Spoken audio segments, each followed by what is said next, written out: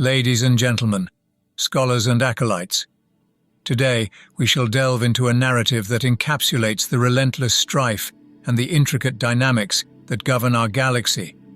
The Taros Campaign, a conflict that unfolded on the arid expanses of Taros, or Tyros to the Tau, serves as a case study of the Imperium's indomitable will, the tenacity of the Tau Empire, and the chaos that defines our existence among the stars. As we embark on this journey through the records, we shall dissect the strategic imperatives that drove the Imperium to reclaim Taros, analyze the Tau's cunning diplomacy and advanced warfare tactics, and bear witness to the valor and sacrifice of countless souls.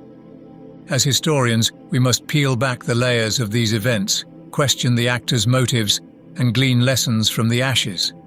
May this exploration enlighten us, challenge our preconceptions, and remind us of the price of the galaxy's perpetual war. Prepare yourselves, for in this first lecture on the Taros Campaign, we will tread the sands to relive the glory and tragedy of the vicious war. So please sit and listen closely. The realities of expansion across the galactic fringe meant conquest invited retribution. Risking open war for Taros would be folly for the ascendant Tau. The Ethereals shrewdly understood that potential gains couldn't justify the inevitable cataclysm such aggressive imperialism would provoke. With far more vulnerable targets, ripe for exploitation, plans for military dominion languished as an unpalatable fruit left to ripen further. Previous experience taught the Tau that brute force wasn't the only means of acquisition on the ever-shifting stage of history. They recognized the potential of the Watercaste, whose diplomatic overtures occasionally pierced the Imperium's veil of xenophobia. Planetary governors, those petty autocrats, trembled before the wider Imperium, yet local potentates rarely balked at profitable back-channel deals. Greed was a universal constant, and the Tau could offer exotic technologies beyond anything found on the eastern fringe. Thus, a cadre of Watercaste diplomats descended upon Taros, offering soothing words amidst a retinue of sympathizers drawn from subjugated human worlds. They preached peaceful coexistence, dangling promises of limited yet highly profitable commerce. Primitive ores offered up by Taros would, with Tau ingenuity, provide advanced water purification systems and other tempting life-improving baubles. Just the thing to grease the wheels with a ruling class insulated from the desert planet's toils. Governor Aulis initially recoiled from the Watercaste's propositions. Fear of reprisal against any who consorted with Xenos kept him wary, mirroring the Imperium's rigid dogma. Yet, the Tau had come prepared. Time and temptation were powerful weapons. Demonstrations of how even minor trade would enrich certain interested parties cracked the facade of resistance. When Aulis courted the mine bosses and mercantile magnates, their greed rendered any decision swift. Profit margins superseded ideology. Under the Imperium's unyielding quotas, production stagnated. These men chafed against the Imperium's economic yoke, while the administratum remained blind to their discontent. Stories of entire human worlds rendered prosperous by Xenos alliances circulated. Placing the Tau through limited trade could serve as a shield against their eventual expansion. What risk lay in diverting a few extra tons of ore, especially with the vast bureaucracy unconcerned? 20 years hence, the agreement was sealed before the shadow of Dree's expedition fell upon Taros. Initially limited, shipments of vanadium and manganese became a yearly tribute. Soon, returns fueled not just material wealth but a corrosion of political will. Earth-caste envoys came bearing exotic technologies and glittering trinkets, buying influence. Taros's elite grew fat on this clandestine operation, further distancing themselves from the harsh realities of those they exploited. The Imperium's bloated bureaucracy slumbered for long years, blind to the rot deepening within one of its forgotten holdings. The Departamento Munitorum delegation's unscheduled arrival ignited panic within Taros's venal ruling clique. Though equally corrupt, Governor Aulis counselled a gamble on deception: pretend ignorance, conceal any trace of illicit trade, and fulfill quotas. He clung to the hope that these bureaucrats were predictable, mere cogs within the Imperium's ponderous machinery. Their inspection would pass, and profits could continue to flow undisturbed. However, Aulis failed to comprehend the ruthless scrutiny of individuals like Auditor Prime Dree. Fissures in their meticulous cover story quickly surfaced under Dree's audit. Panic rose amongst the conspirators, and the mercantile interests were particularly volatile. Some favoured silencing the delegation permanently, pinning the blame on Tao's aggression. Though brutal, fear painted it as a necessity. Yet Aulis, clinging to a shred of reason, forbade such desperate measures. The Imperium's retribution for harming its envoys would eclipse any immediate benefit. So, their strategy remained deception, discredit Dree's report, and bide their time. Unbeknownst to them, far beyond Taros, celestial upheavals in the Denab system held the keys to their undoing. These distant cosmic shifts revealed chains of trade previously invisible to the Administratum. Each link eventually exposed the betrayal growing cancerous on Taros. While these men plotted and schemed, events rose to expose their avarice and the Imperium's decaying grasp on its distant holdings. Auditor Prime Dree's report vanished into the Imperium's administrative labyrinth depths. Within that sprawling behemoth, decisions unfolded at a glacial pace. Dree, an ambitious bureaucrat, could only watch as distant forces deliberated upon the fate of Taros. Yet his findings had struck a discordant note. This wasn't merely negligence, but sedition, the cancer of Xenos collaboration creeping within the Imperium's body. It was a revelation too dangerous to ignore. Finally, his report landed before the master of the Departamento Munitorum, an office more accustomed to tallying stockpiles than treason. This discovery threatened the very foundations of the Pax Imperialis. Thus, Dree was summoned, a minor functionary caught in machinations far beyond his purview. The hearing's conclusions were swift. Governor Aulis must be replaced with a staunch loyalist.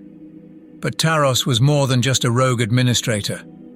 Its proximity to the Tau marked it as a battleground. Mere assassination wouldn't suffice. The Imperium had grown complacent, and here the Xenos sensed weakness. An unmistakable message was needed. Initial consideration lay with the Officio Assassinorum, a hidden blade to eliminate the corruption. Yet they realized that Taros wasn't simply about one traitor's downfall, but a test of the Imperium's will. The bureaucratic machine shifted uneasily, the solution not in shadows, but in the blinding theatrical application of imperial might.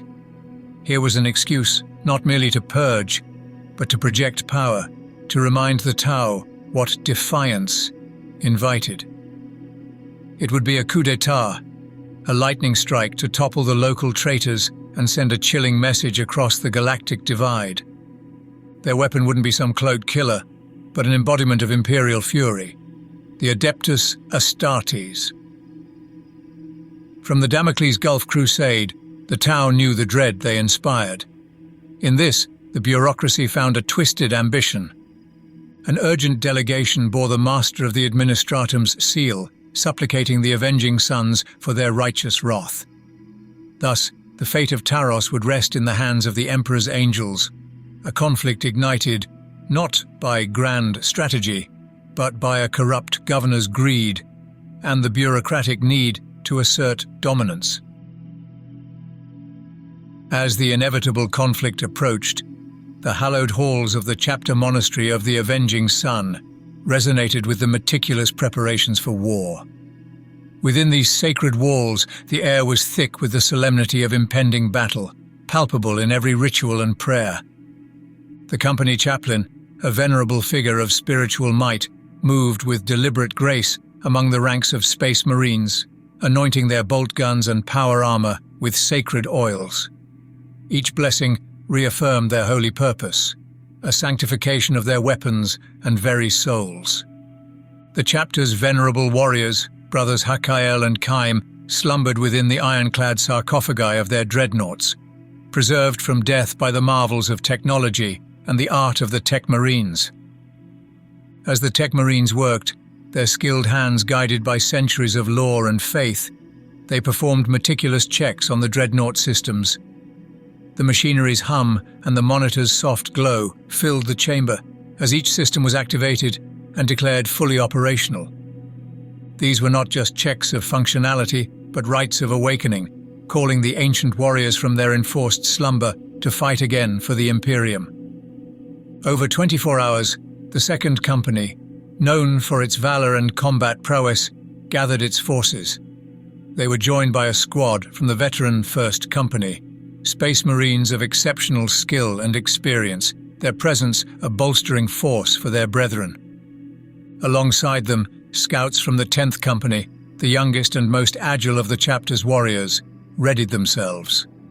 Though less seasoned, these scouts were eager to prove their worth and learn from the revered veterans of their chapter. The monastery, typically a place of quiet contemplation and relentless training, transformed into a hive of activity.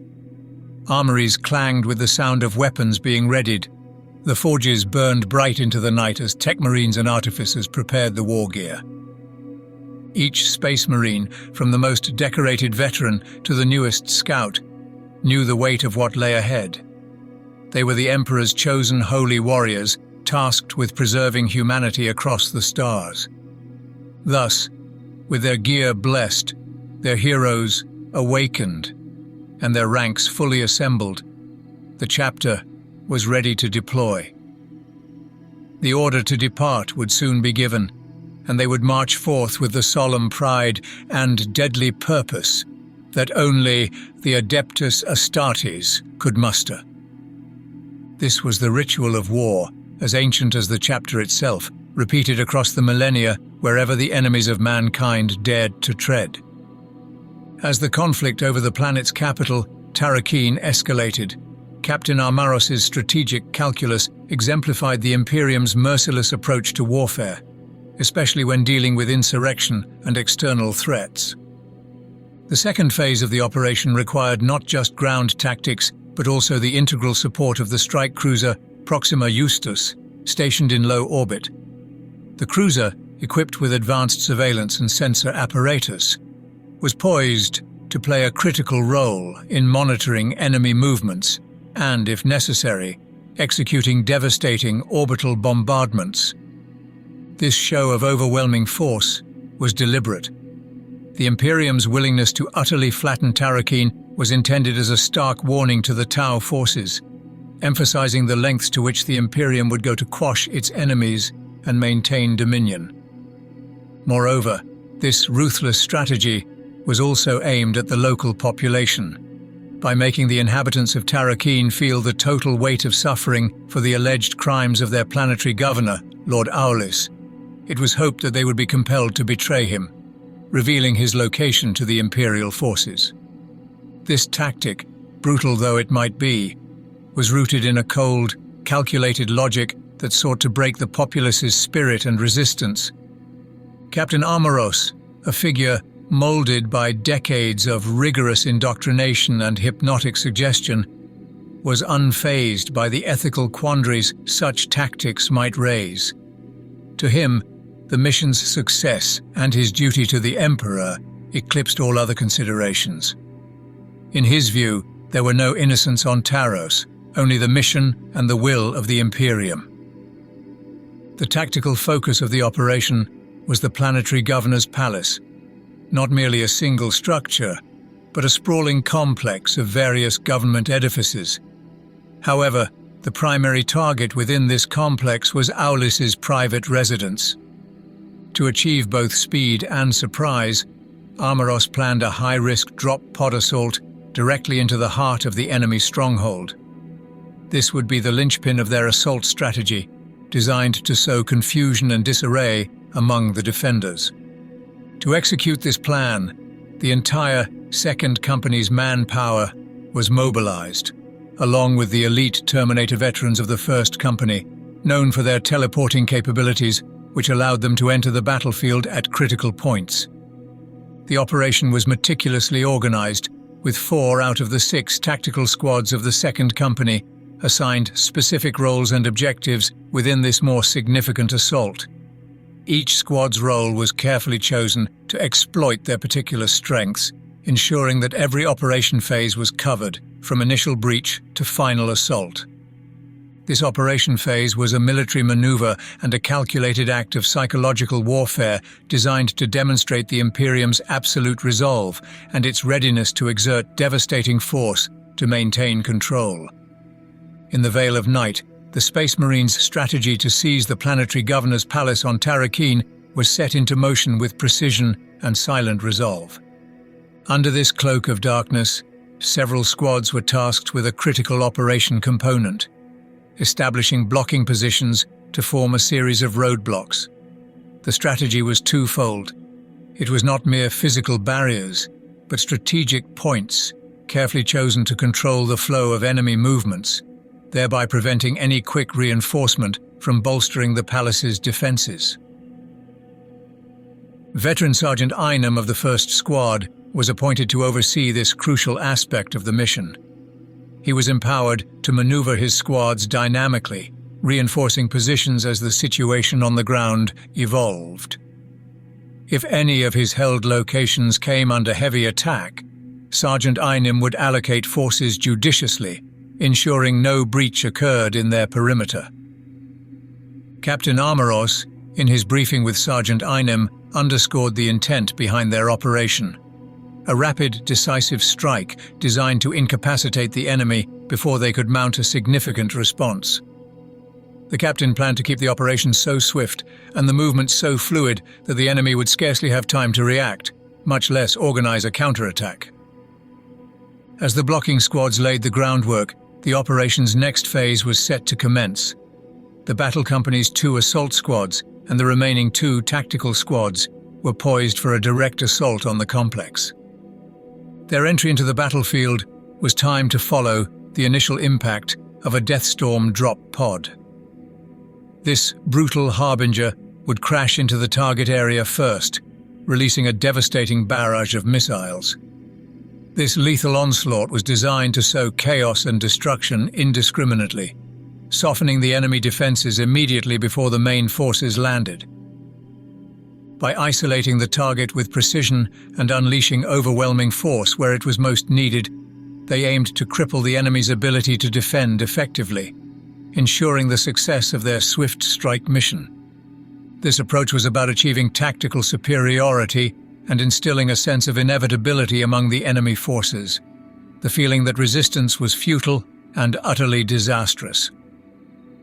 The First Company's Terminators were designated the ultimate enforcers of the Emperor's justice. Captain Armoros, orchestrating the operation with precision, had prepared for the moment when the whereabouts of the planetary governor within the palace complex would be confirmed. Armoros would activate his teleport Homer at that critical juncture, a device designed to bring the waiting Terminators directly into the fray.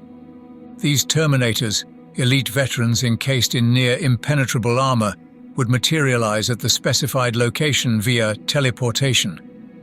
This technology allowed for instant strategic deployment. Upon their sudden arrival, they would unleash their formidable close-range firepower, a devastating arsenal meant to eliminate the target swiftly. The effectiveness of these warriors in such scenarios was unmatched, their appearance on the battlefield often turning the tide of battle decisively. Once the Terminators confirmed the elimination of the planetary governor, the code word "Justice" would echo through the comms of all Imperial forces involved. This signal would initiate the operation's next critical phase, the evacuation. This transition was vital, marking the shift from assault to extraction, ensuring that the forces could withdraw with minimal risk after accomplishing their mission. However, contingencies were in place for less ideal outcomes. Should the code word "justice" not be transmitted within an hour, or if the override "malevolent" were broadcast, it would indicate that the target was either not present or had managed to escape. In such cases, all squads would immediately transition to Phase 2 of the operation: search and destroy. This phase was designed to be expansive and thorough, converting the mission's focus from a targeted strike to a broader engagement strategy to locate and neutralize the fugitive governor. A strategically composed reserve force supported the primary assault and subsequent phases. This group, consisting of Devastator squads known for their heavy firepower, the 2 dreadnoughts bringing unmatched strength and resilience, and a scout squad for rapid response and intelligence gathering, was tasked with a dual mission. Initially, they were to cover the company's withdrawal, provide suppressive fire, and deal with any threats that pursued the main forces. Following this, they would establish and maintain a secure perimeter around the planetary governor's palace. This fortified ring would ensure that the evacuation, carried out by Thunderhawk gunships, massive aircraft adept at rapid insertion and extraction under fire, was conducted smoothly and without external interference. In the tense moments preceding the assault on Planetary Governor Aulus's residence, the inner courtyard, usually a place of serene governance, transformed abruptly into the stage of a dramatic military onslaught. From this vantage, the sky, typically a canvas of tranquility, was scarred by fiery streaks as drop pods penetrated the atmosphere. These pods, resembling furious comets, heralded the onset of devastation. As the pods tore through the heavens, the distant hum of their engines swelled into an omnipresent roar, the sound of mechanical fury and rushing winds escalating until the air was filled with the hissing roar of retro jets. These jets, igniting in full burn, dramatically slowed the pod's descent moments before impact. The arrival of these metallic behemoths was marked by a ground-shaking thud, a visceral announcement of the Imperium's might. With the thud shattering windows and sending shockwaves through the courtyard, plumes of thick dust mushroomed into the air, obscuring the immediate aftermath. As the dust settled, the ominous form of the Deathstorm drop pod emerged, stark against the chaos of the disrupted courtyard. This pod, engineered for maximum destruction, sat upright amidst the ruins, its locking bolts disengaging with mechanical precision. Once secured, the armored sections unfolded, revealing the pod's lethal cargo. Onlookers, caught between awe and fear, could only watch as the courtyard transformed into a veritable killing ground. The Deathstorm's payload, a barrage of missiles launched in a relentless salvo, indiscriminately seeking targets. Missiles streaked across the courtyard, each impact a symphony of destruction. Masonry pulverized, landscapes altered, an area once defined by political power now reduced to rubble and flames. The bombardment, though brief, was intensely cataclysmic, each explosion contributing to the hellish tableau. The courtyard, meant for peace and order, became a crucible of shrapnel and fire. The first wave of assault at the planetary governor's palace was but a prelude to a more intensified battle phase. As the initial barrage from the Deathstorm drop pod ceased, the silence that momentarily hung over the battlefield was shattered by the fiery contrails of a second wave of drop pods piercing the sky. Retro engines' roar filled the air again, heralding another series of jarring impacts as these pods hit the ground, their doors bursting open to unleash the Emperor's wrath in the form of Space Marines. These power-armored giants emerged amidst the swirling dust, smoke and flames, moving with lethal precision and purpose. As these Marines advanced, the scene at the palace transformed from stunned silence to a cacophony of war. The defenders, already reeling from the initial missile attack, found themselves under a relentless and overpowering assault. The courtyard, marred by the debris of war, was strewn with the bodies of those caught in the open, thrown through the air by the force of the explosions, their lives extinguished in an instant.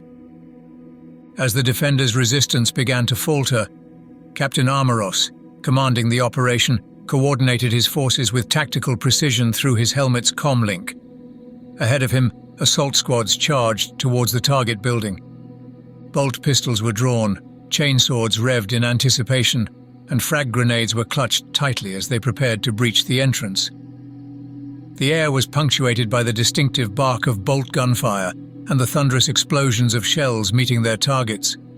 At the same time, the defenders' lasguns spat futile bursts of light. The guards who dared stand their ground at the palace entrance were swiftly overrun. The Avenging Sun's assault squads, living up to their name, cut through the defenders mercilessly, leaving behind a gruesome tableau of carnage. Melter charges, deployed with clinical precision, obliterated the armored doors of the palace. Through the smoke and rubble of the blasted entrance, the assault squads leapt forward, an unstoppable force driven by divine fury. The ferocity and the shock of the Space Marines' initial onslaught left no will to resist among those inside. Witnessing the devastating efficacy of the attack and the fate met by their comrades at the gates, the remaining defenders were gripped by fear.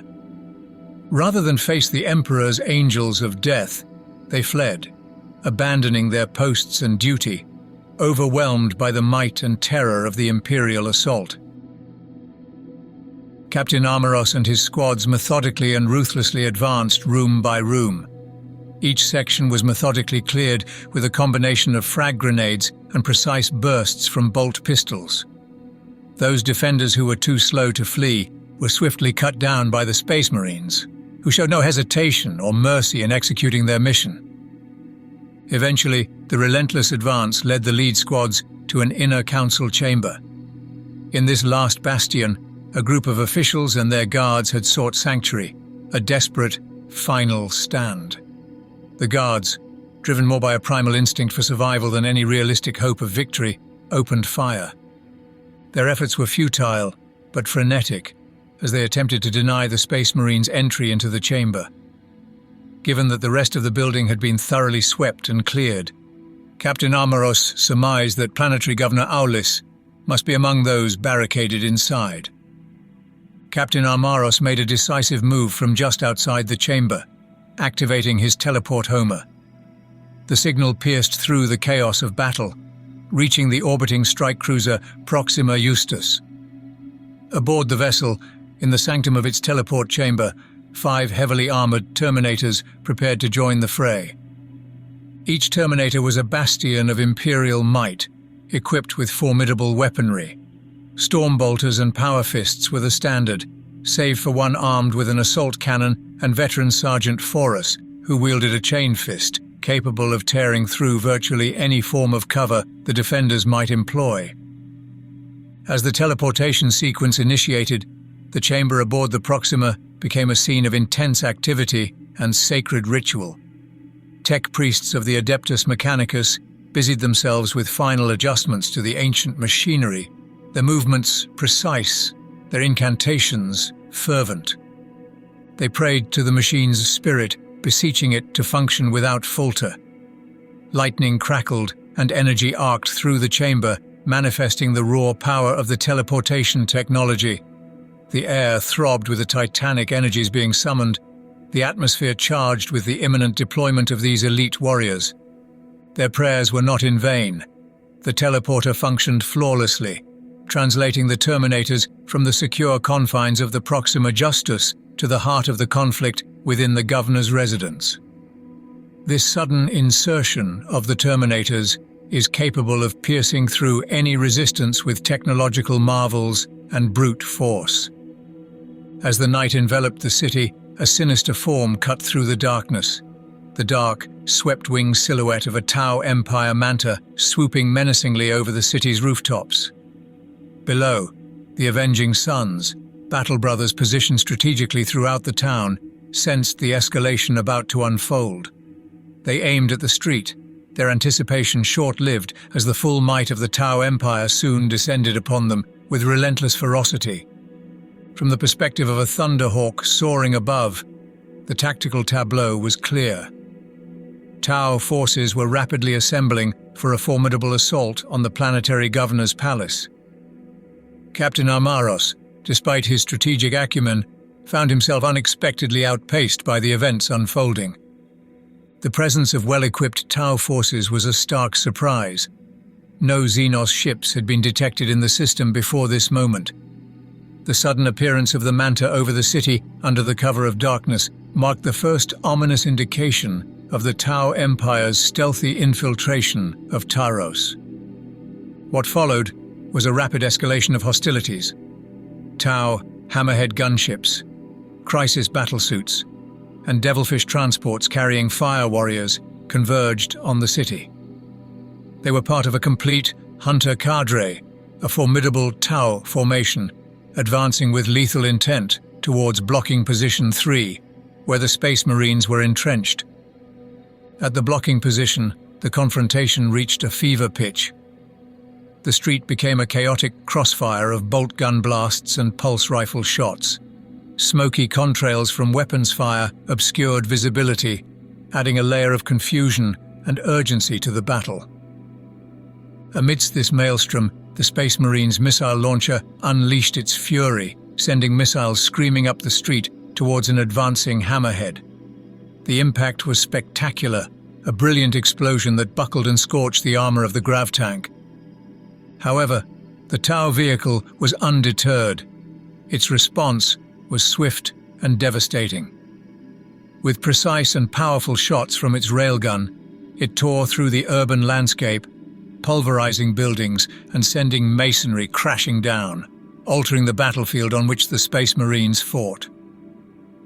The initial exchange of fire favored the Tau, their overwhelming numbers and heavy support quickly gaining ground against the avenging Suns.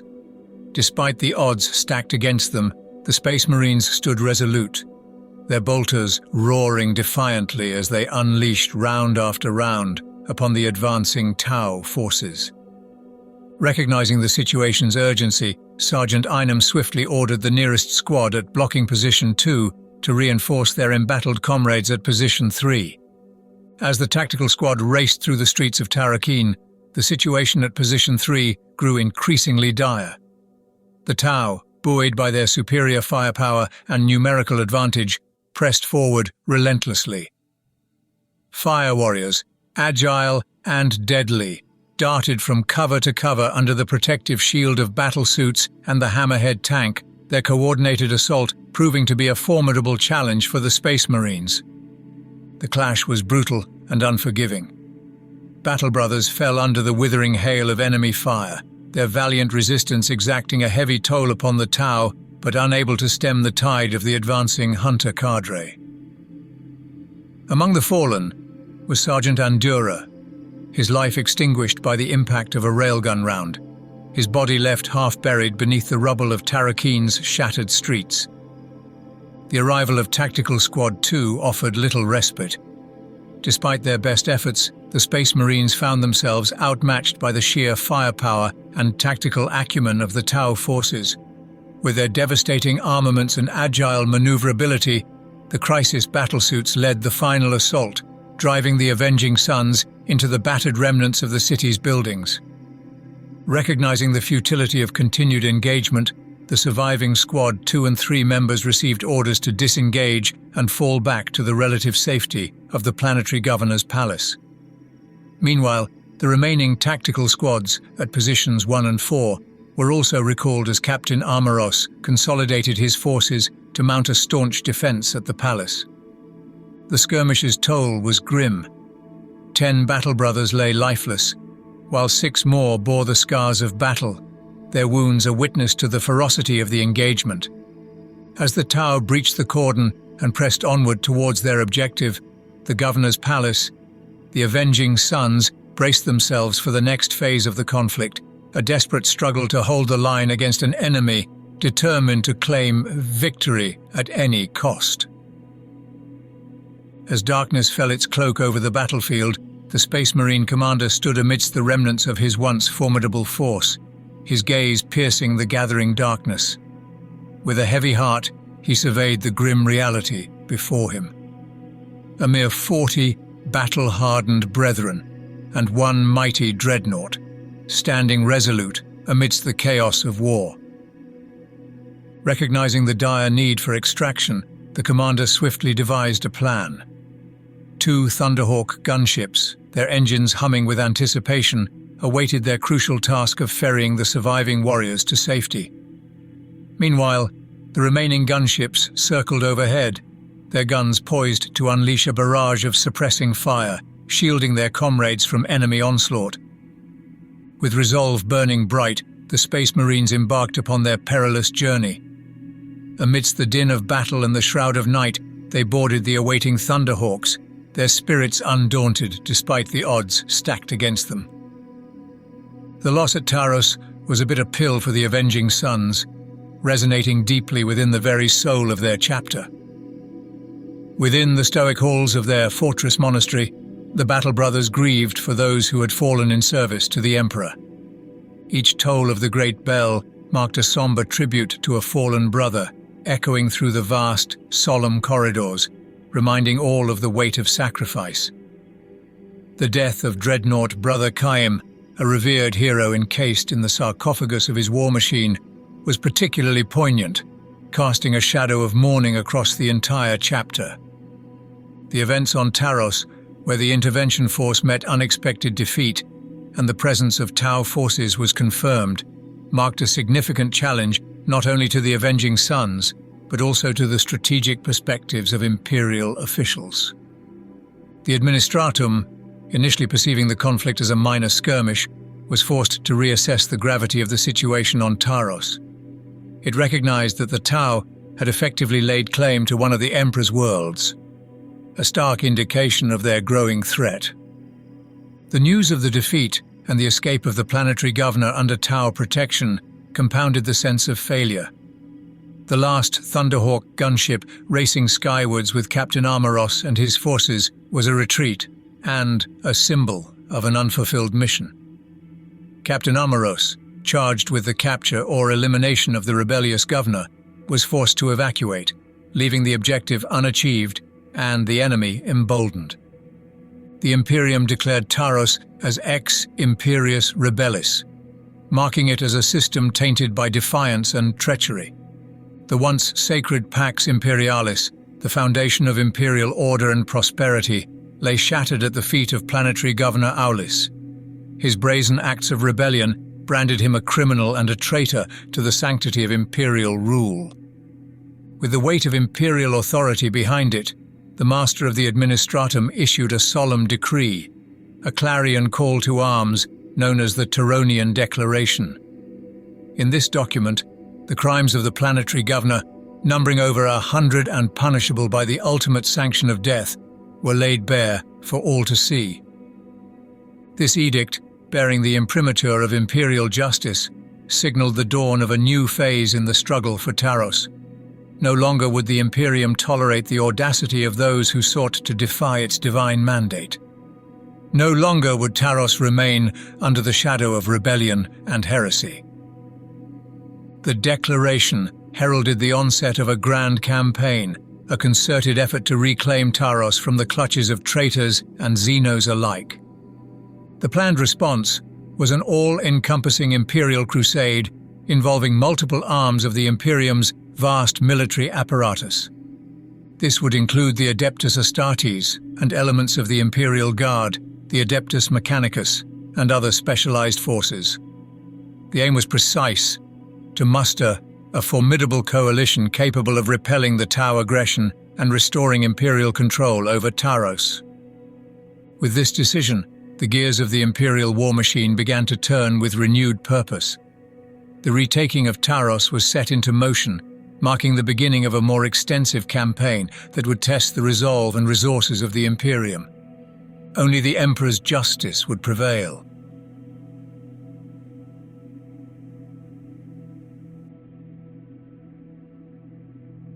Lord High Commander Otto Ivan Gustavus, a figure esteemed for his extensive and illustrious service within the Imperial Guard, had ascended to the zenith of the Imperium's military hierarchy through years of dedicated service.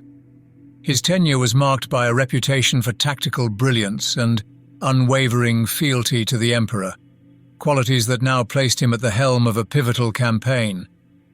Upon assuming command of the operation aimed at reclaiming Taros, Gustavus wasted no time in assembling his command staff, recognizing the paramount importance of a competent strategic team in orchestrating the invasion. Aware of the multifaceted challenges ahead, he posed two fundamental questions to his newly convened Council of Advisors. The first inquiry delved into the logistical readiness and morale of the assembled forces, seeking to ascertain when they would be sufficiently prepared to launch the invasion. Gustavus understood that success hinged not only on the might of arms, but also on the steadfast resolve of the troops. The second question pertained to the tactical intricacies of the operation. Where precisely should the brunt of the assault be directed to dislodge the entrenched Tau forces from their stronghold on Taros? Gustavus understood the gravity of this decision, knowing that the fate of the campaign rested upon the strategic clarity and precision of their chosen course of action. Gustavus's directives were unambiguous. The retaking of Taros, an emperor's world, from the clutches of the Xenos Tau was to be executed with utmost speed and efficiency. His leadership style, marked by decisiveness and a keen, strategic mind, aimed to ensure that the campaign would be swift and decisively effective. His approach reflected a broader strategic imperative of the Imperium: to reclaim lost territories swiftly and assert the Emperor's dominion unequivocally across the stars. This moment was a test of military might, and the Imperium's resolve to act promptly against any threat to its sovereignty. The formation of the 4021st Imperial Guard Army took precedence in the assembly of an Imperial Guard force for the Taros invasion. This formidable entity fell under the seasoned stewardship of Lord Marshal de Stael, bestowed with the esteemed title of Chief of Arms. Entrusted with supreme command, de Stael assumed responsibility for all Imperial Guard ground forces deployed on Taros. Within this hierarchical framework, every general and colonel from the diverse Imperial Guard regiments comprising the army directly answered to him and his command staff. The deeds of Lord High Commander Gustavus and his close confidant de Stael remain etched in history as scholars of military strategy. Their mission was clear, yet daunting: to achieve a decisive victory. The burden they shouldered was immense. The Imperial Guard faced demands that tested the limits of its capacity. Gustavus and de Stael were all too aware that their vast resources were not infinite. They found themselves in a dance of strategizing, their minds weaving through the military and logistical challenges. Initially, the encounter between de Stael and Gustavus was marked by a request steeped in the gravity of their task: 21 regiments, a testament to the resistance they expected to face on Taros. However, ever mindful of the operation's ambitious timeline, Gustavus found the number unfeasible. This prompted a crucial recalibration by de Stael, who then adjusted his expectations downward to align more closely with the strategic realities. The revised request for 12 regiments was de Stael's attempt to strike a balance, a compromise that he hoped would satisfy the logistical constraints while still ensuring a robust force to achieve their objectives. Gustavus, recognizing the pragmatism in this adjustment, brought the matter before the Departamento Munitorum, the bureaucratic spine of our military might, responsible for the judicious allocation of forces across the galaxy's sprawling battlefronts. Yet, even this reduced number proved too great a strain on the resources presently engaged across various theaters of war. The Munitorum, tasked with the unenviable job of rationing war potential, determined that only 10 regiments could be spared for the Taros operation. Thus, the stage was set for the Taros invasion, with both commanders having to adapt to a level of support that was less than initially deemed necessary, but was all that the Imperium could afford to commit to. Gustavus was entwined in strenuous negotiations with the Departamento Munitorum. Initially, the allocated resources were far from what was necessary for success. However, the dynamics shifted dramatically with the intervention of the High Magos Volta. Volta's commitment to deploy a Titan Legion was a decisive factor. Revered across the galaxy for their extraordinary firepower and battle-turning capabilities, Titans gave Gustavus the reassurance needed to green-light the invasion. This pivotal support transformed the strategic outlook of the operation, compensating for the lesser number of troops with sheer firepower and technological superiority. With the assurance of Titan support, Gustavus confirmed the composition of the army to de style, settling on 10 regiments. Each regiment was meticulously chosen to maximize operational efficiency within the logistical and bureaucratic constraints of such vast deployments. The first regiment of which would be the Talon Desert Riders.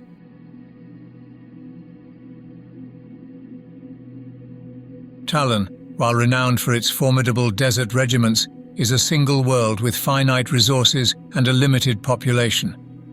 The bulk of its existing regiments were already engaged across various war zones, leaving little room for rapid force expansion without overextending the planet's capabilities. The planetary tithes, a stipulated levy of resources and manpower owed to the Imperium, could not sustain the sudden formation of 10 new regiments without risking severe depletion of Talon's defenses. Despite these constraints, the situation's urgency on Taros necessitated immediate action. Thus, it was decided that a single new regiment would be raised from Talon, the 331st. This regiment would be quickly assembled, equipped, and dispatched to Taros to face its inaugural combat experience. However, the 331st would not stand alone in this endeavor. In addition to the newly formed unit, 3 other Talon regiments, already seasoned through recent engagements, were identified for reassignment to Taros. Although experienced, these regiments were not without their needs. Each required replenishments of both men and materiel due to the wear and tear of continuous combat. The logistical efforts to prepare these units for another deployment were set into motion immediately, a testament to the adaptability and resilience of Talon's military infrastructure. Further bolstering the Talon contribution was the 3rd Armored Regiment, stationed on garrison duty at Ballet Prime. If a suitable replacement force could be secured to take over its garrison responsibilities, this seasoned armored regiment would also join the ranks destined for Taros. The addition of the 3rd Armored would significantly enhance the tactical capabilities of the invasion force, bringing much-needed heavy armor and firepower to the operation. Talon's contribution to the Taros invasion would be substantial. Half of the Imperial Guard regiments allocated to the new Guard army would hail from this desert world. This strategic decision leveraged Talon's storied military tradition of desert warfare. The formation of the army fighting from Talon's regiments was a move that blended necessity with strategic foresight. It marshaled a potent mix of recruits and battle-hardened veterans to retake Taros in what promised to be a challenging campaign. In addressing the strategic challenges posed by the highly mobile and technologically adept Tau forces, including a drop troop regiment within the army, was deemed essential. While these troops were typically lightly equipped to facilitate airborne operations, their agility and rapid deployment capabilities were critical in countering the Tau's swift maneuver warfare. Lord Marshal de Staël understood that by leveraging the vertical dimension of combat, he could potentially match the Tau's mobility on a strategic level, thereby neutralizing one of their key advantages. Lord Marshal de Staël specifically requested the addition of the Serenian assault engineers to the army's ranks. Renowned throughout the segmentum for their prowess in close-quarters combat and breaching operations, the Serenians were considered some of the most versatile and practical troops available. Their training included assaulting fortified positions, clearing minefields, and breaking through enemy defense lines, skills that would be indispensable in the urban warfare scenarios expected on Taros. Though the Serenians were few, their impact was envisioned on a scale far beyond their size. Rather than operating as a single regiment, the plan was to distribute these engineers across the army, integrating them into other units. Before the invasion commenced, they would be subdivided into platoons and companies, strategically attached to all other regiments. This integration strategy ensured that every unit had immediate access to specialized assault capabilities when the anticipated intense street fighting began in Tarokeen. This tactical distribution underscored a broader strategic foresight. By embedding the Serenian assault engineers throughout the army, de Stijl was effectively embedding a layer of specialized warfare capability within the standard operational units. As the urban battlefields of Taros would demand more than just conventional tactics, these engineers were prepared to provide the necessary edge to breach, clear, and seize fortified Tau positions. As the High Command staff convened to build upon the groundwork laid in the previous year, the planning for the invasion of Taros entered a critical phase. The demands of the Imperial Guard regimental commanders, alongside those of Lord Marshal de Stijl, crystallized into three pivotal objectives determining the entire operation's success. The first, and perhaps most urgent objective, was the rapid capture of an operational spaceport. The importance of this goal could not be overstated, as control of a significant spaceport would facilitate the continuous flow of supplies and reinforcements necessary once the forces were engaged on the ground.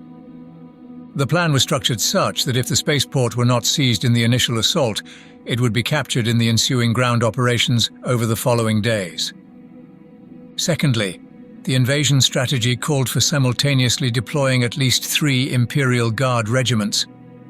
This approach was designed to ensure that the force would be sufficiently large to overwhelm any but the most fortified enemy positions. The Imperium aimed to establish a robust bridgehead between orbit and the planet's surface by deploying multiple regiments simultaneously. This bridgehead was crucial.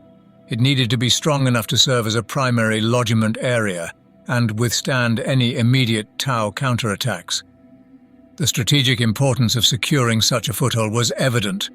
Without it, the Imperial invasion risked collapsing under the pressure of early retaliatory strikes. The third pivotal issue faced by the Imperial forces was the management of water resources on Taros. As a desert world, water was a necessary and valuable commodity for sustaining prolonged military engagement. The planet's water supply was maintained through a network of hydro plants and recycling facilities, and securing these sources was essential. Without a reliable supply of water, the effectiveness of the ground forces would be severely compromised, hindering their operational capabilities significantly.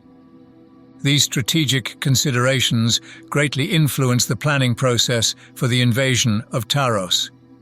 The city of Tarokeen, which housed the planet's sole spaceport, became a focal point of the invasion plans.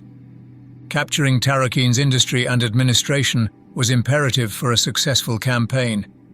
Control over Tarokeen meant a tactical advantage and securing the flow of mineral resources. However, the feasibility of a direct assault posed significant challenges. The city, aware of its critical role and value, was heavily fortified. It was nestled within the Iracunda Isthmus, representing the planet's most heavily defended terrain. A direct military assault under the formidable city defenses was predicted to lead to severe losses. The presence of concentrated enemy forces waiting on the ground and robust orbital defenses poised to strike from above made such an approach perilously risky. Given these assessments, the idea of a direct assault on Tarokeen was ultimately deemed too hazardous to pursue. The potential cost in lives and material was too great, and the strategic disadvantages of engaging the enemy under such conditions could potentially jeopardize the entire invasion effort. This led to reconsidering alternative strategies to mitigate these risks while still achieving the critical goal of seizing control over Tarokeen and its vital resources. The strategic positioning of the landing zone was a critical component of Taros's invasion plan. This location needed to be sufficiently close to the ultimate objective to maintain short supply lines, yet distant enough to mitigate the risk of intense enemy resistance. The logistical challenge of orchestrating a landing on the far side of the planet and subsequently transporting troops, artillery and supplies across its surface was daunting and, practically speaking, unfeasible. With the invasion fleet poised in orbit, Maximizing proximity to the final objective without precipitating premature engagement became a delicate balance to strike.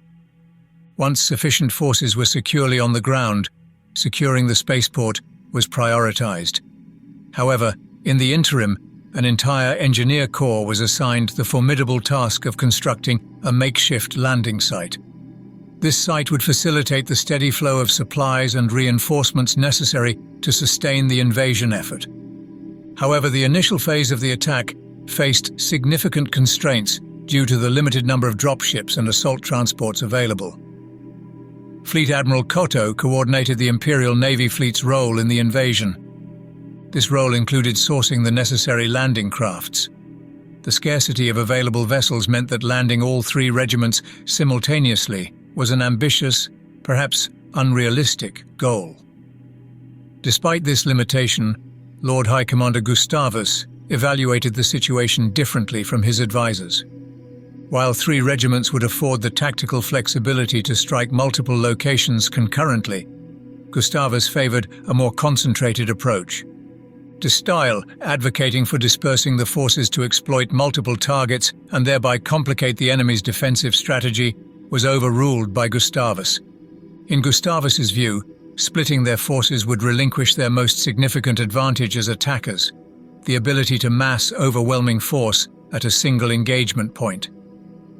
Even if the defenders of Taros and their Tau allies anticipated such an attack, they would still be compelled to defend every potential landing zone. This strategic spread would inevitably thin their lines, diluting their defensive strength across multiple fronts. Gustavus's strategy was predicated on the principle of concentration of force. By focusing their military might on a single, well-chosen point of attack, the Imperial forces could achieve a decisive breakthrough, leveraging their superior numbers and firepower to full effect.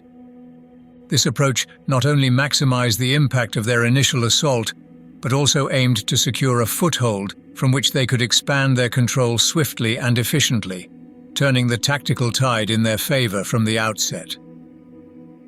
Fleet Admiral Koto, a seasoned veteran of naval command, helmed this formidable armada. The unfurling banners atop the towering masts of the Overlord-class battlecruiser, the Righteous Power, symbolized his authority.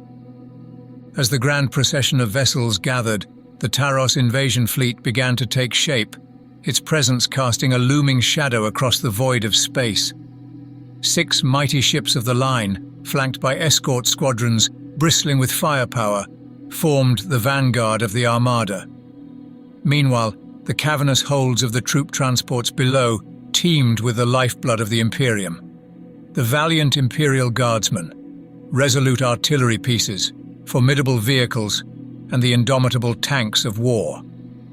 Alongside these instruments of destruction lay the indispensable sustenance of conflict, vast stockpiles of fuel, provisions, ammunition, and above all, the precious reservoirs of water, the lifeblood of any military campaign in the arid desert. Over 3 meticulously orchestrated days, the disparate elements of the fleet converged from corners of the segmentum, each vessel threading its path through the labyrinthine tendrils of the warp to join the collective might of the invasion armada. With practiced precision, they fell into formation, aligning themselves in a formidable line astern, a manifestation of Imperial strength poised to unleash its fury upon Taros. Each Imperial Guard regiment's deployment unfolded according to a carefully orchestrated timetable, ensuring all units converged at the designated rendezvous point with flawless synchronicity. As the fleet assembled, the first wave of troops stood poised upon their assigned transports, their ranks brimming with anticipation for the impending conflict. Amidst the bustling preparation activity, the Legio Ignatum Titan battle group remained notably absent, its mighty war machines yet to join the swelling ranks of the invasion armada. Nevertheless, the campaign imperatives brooked no delay, and the fleet could ill afford to tarry for the arrival of tardy reinforcements. At the forefront of the assembled armada lay 2 colossal vessels, Titans of the Void. The majestic battlecruiser, Righteous Power, and the venerable Raptors Chapter Battle Barge, War Talon. Like towering colossi, they formed the vanguard of the impending onslaught, their imposing silhouettes casting long shadows across the expanse of space.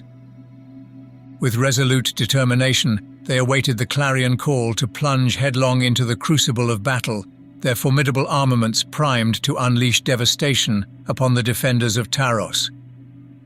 Behind these behemoths of war, the remaining cruisers of the line stood poised to follow suit, their sleek frames bristling with weaponry as they formed a battle group in the wake of their larger brethren. Trailing in their wake, a flotilla of transports, accompanied by an escort of nimble light cruisers and agile frigates, awaited the signal to embark upon their fateful journey into the heart of the conflict.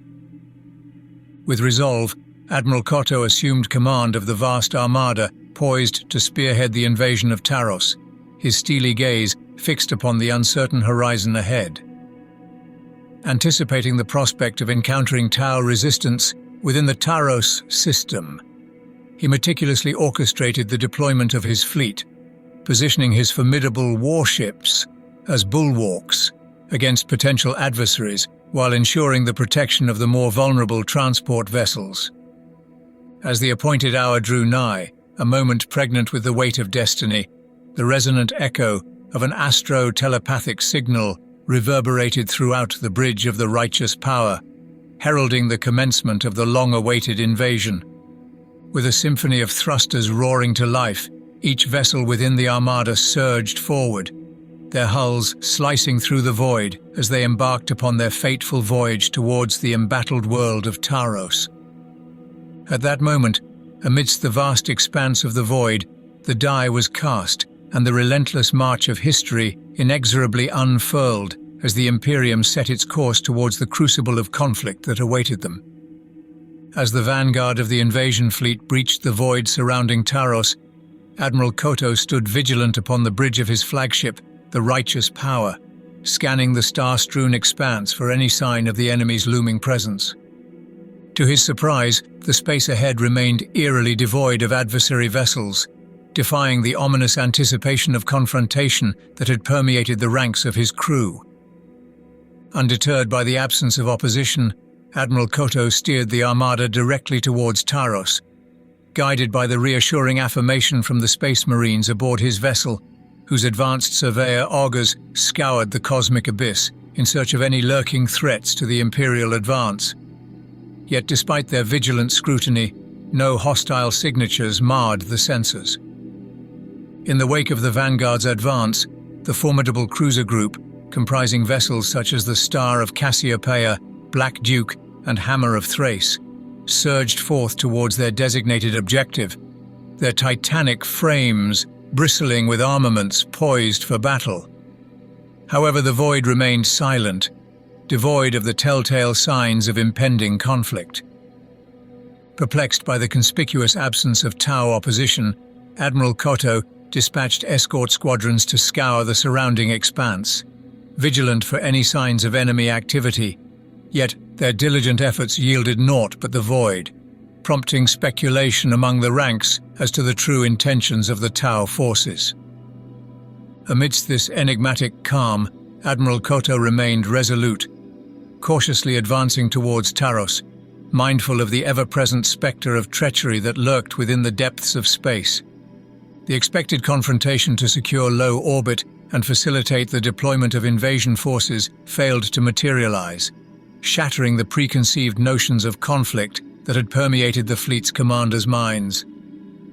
With each passing moment, the absence of any Tau resistance became increasingly apparent, dispelling the looming threat of confrontation in the cold expanse of space. The eerie silence that pervaded the void signaled a startling departure from the anticipated onslaught, leaving the Imperial fleet to advance unimpeded towards its designated objective. The War Talon, flagship of the Raptors chapter, surged forth with determination, its prow cutting through the celestial abyss with purpose.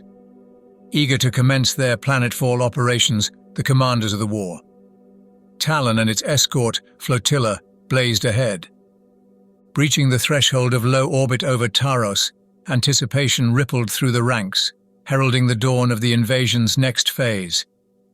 Meanwhile, the remainder of the Imperial fleet maintained a cautious distance, poised to lend support once the Space Marines had accomplished their mission and secured a foothold on the embattled world below. For the impending landings on Taros, the Raptors chapter pledged the strength of its 3rd and 6th companies to bolster the invasion force. The strike force stood ready to execute their mission, bolstered by the formidable firepower of the chapter's armoured might and the imposing presence of the battle barge. The task entrusted to the Raptors was of paramount significance to the success of the landings. Their objective? To neutralize a planetary defense missile silo, a lone sentinel positioned in a geostationary orbit above the designated landing zone. Codenamed Decima, this operation aimed to eradicate the looming threat posed by the silo, ensuring the safety and unhindered progress of the Imperial invasion fleet as it descended upon the embattled world below. Silo Decima stood as a sentinel of defense amidst a network of similar installations scattered across Taros, erected by the Imperium to ward off potential threats from alien aggressors. Positioned strategically, these silos wielded the power to engage and obliterate vulnerable troop transports orbiting above. The loss of even a single transport could precipitate a catastrophic depletion of manpower. Silo Decima demanded neutralization before the main Imperial Guard assault could proceed unfettered. The designated target area was slated for a relentless barrage unleashed by the War Talon's formidable bombardment cannons, 250 rounds poised to rain down upon the entrenched silo. A dedicated strike force was mandated to ensure no silo retained the capability to unleash its devastating payload upon the invasion fleet. Even with the ferocity of the War Talon's onslaught, there existed no certainty of success in rendering the silos inert.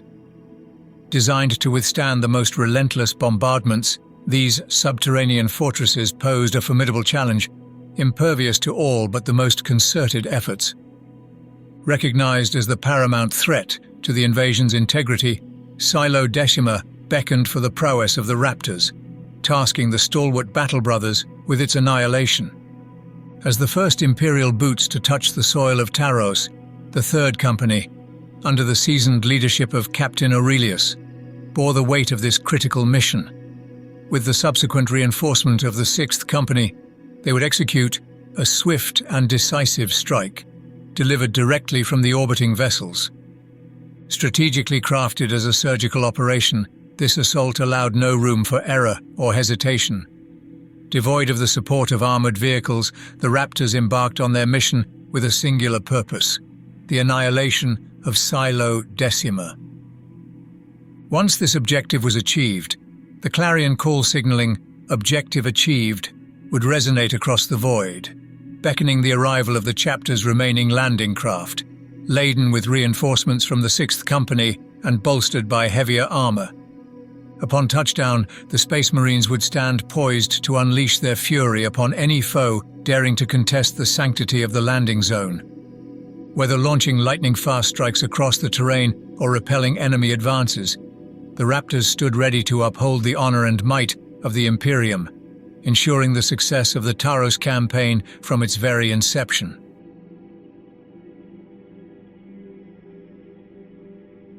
Positioned in a geostationary low orbit, the battle barge's formidable armaments lay in wait, primed to unleash devastation upon the designated target area. With precision honed and targets locked, the gun crews stood ready to enact the will of the Imperium as the planet's slow rotation gradually aligned the battlefield with the vessel's line of fire. The success of this initial bombardment held the promise of swift victory, transforming subsequent operations into mere formalities. With a stroke of luck, the destructive might of the War Talon's cannons would prove sufficient to obliterate the missile silos, rendering the need for demolition charges superfluous.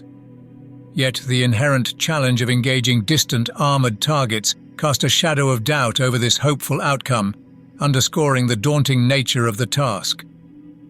4 Thunderhawks stood poised, their engines humming with restrained power, eager to ferry the vanguard of Space Marines into the heart of the fray. Every detail had been scrutinized, and every system was meticulously inspected to ensure optimal performance. Each warrior, clad in the sacred armor of the Adeptus Astartes, epitomized readiness for battle. Their suits, finely tuned for the harsh desert environs of Taros, boasted near-perfect efficiency in water recycling and heat dissipation. Amidst this fervent activity, the armaments of war were readied with practiced precision.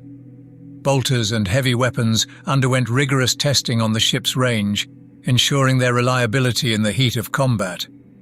Additional ammunition, grenades, blades, and the revered bolt pistols were distributed among battle brother ranks, each weapon a testament to the chapter's unyielding resolve. Not content with mere armaments, each tactical squad bore the weight of responsibility, carrying 2 formidable demolition charges. Entrusted with the detonators, squad sergeants bore the solemn duty of ensuring the mission's continuity, even in the face of adversity. In the crucible of war, where valor and sacrifice intertwine, the success of the chapter's sacred duty must endure regardless of the cost.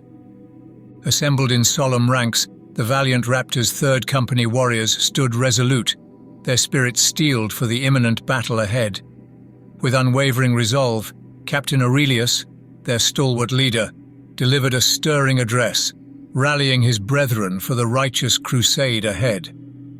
In his commanding voice, Captain Aurelius outlined their sacred duty: to spearhead the assault on Taros, to vanquish the enemies of the Imperium, and to reclaim the Emperor's domain from those who dared defy his divine will.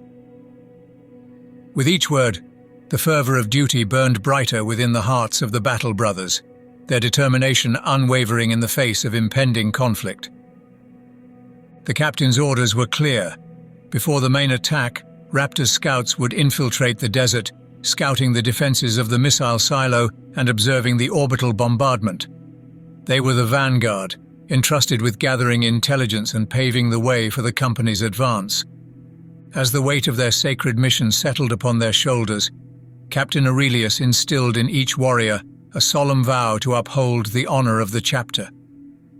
They pledged themselves to the Emperor's cause with unwavering loyalty, ready to meet his justice upon those who dared defy his divine light.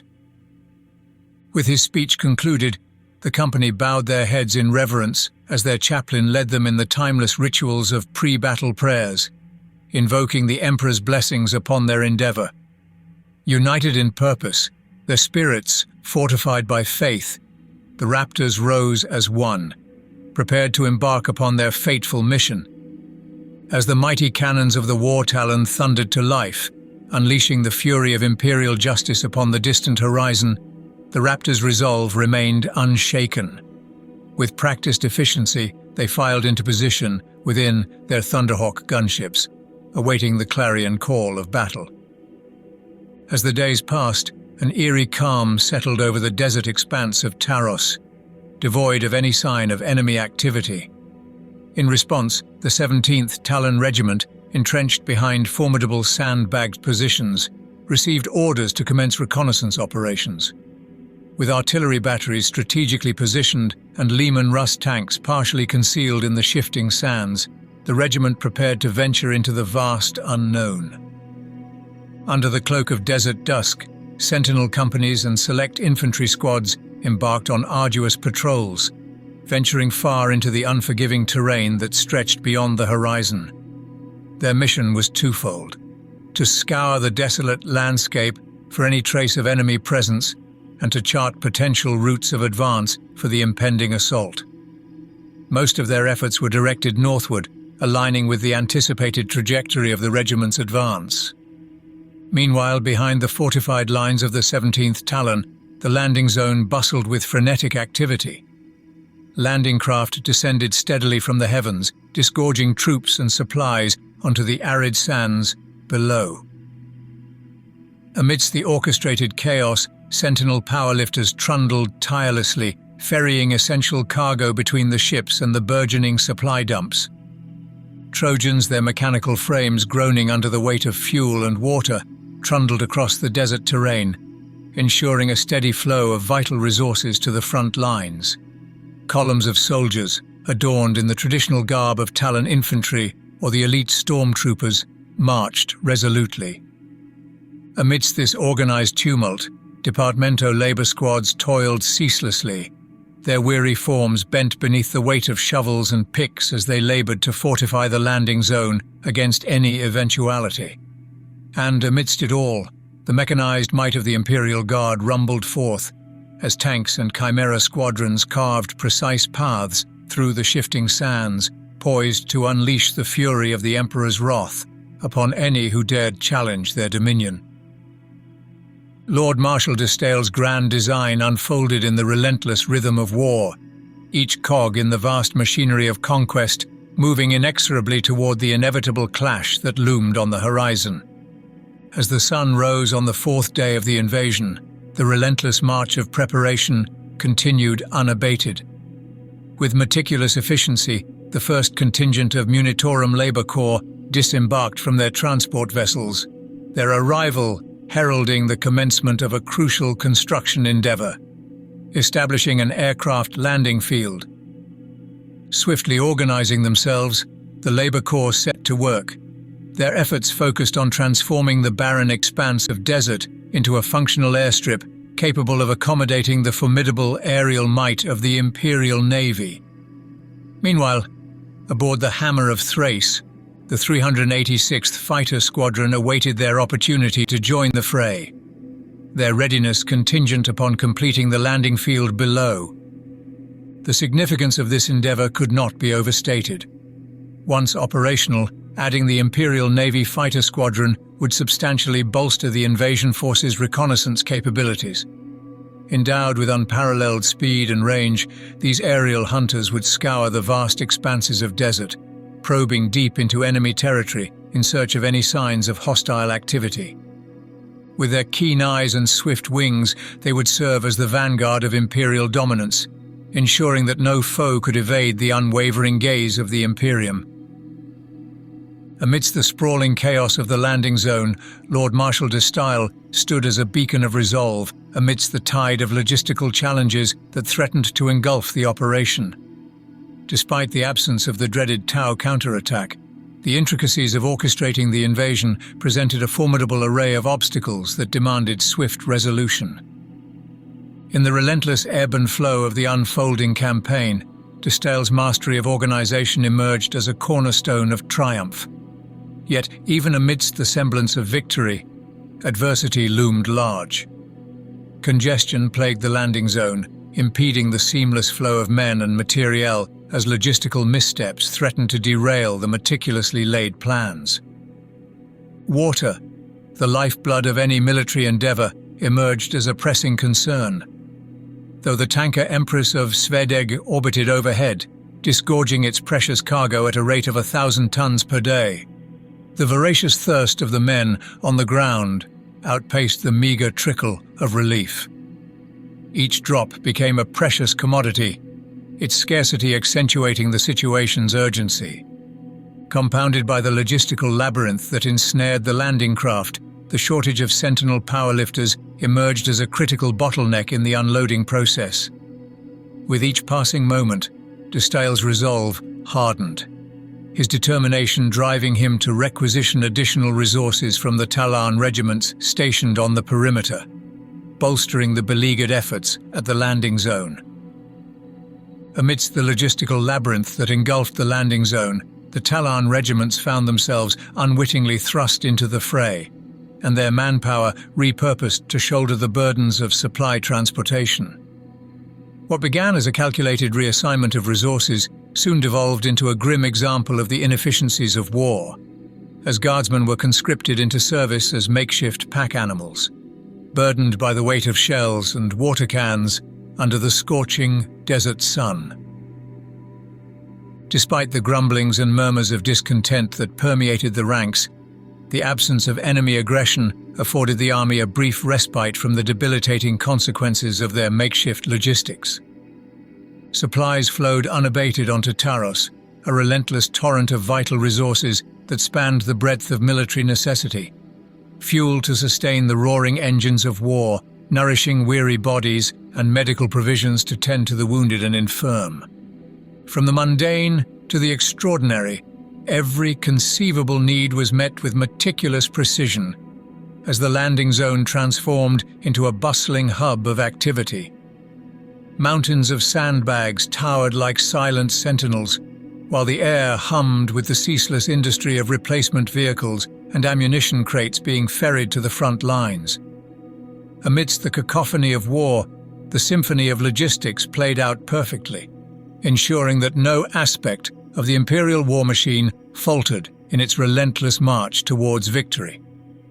With the landing operation reaching its crescendo, Lord Marshal Disdale exercised caution, recognizing the importance of consolidating his forces before venturing into the crucible of battle. As the first 3 regiments entrenched themselves upon the desert sands of Taros, a calculated patience permeated the Imperial command structure, each moment of delay serving to bolster the strength and resilience of the invasion force.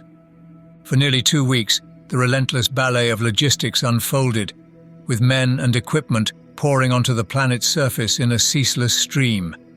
Yet, amidst the frantic activity, an eerie calm prevailed as the enemy remained conspicuously absent from the fray. With the Raptors recalled to their bastion in orbit, save for a lone scout squad tasked with reconnaissance duties, the stage was set for the campaign's next phase.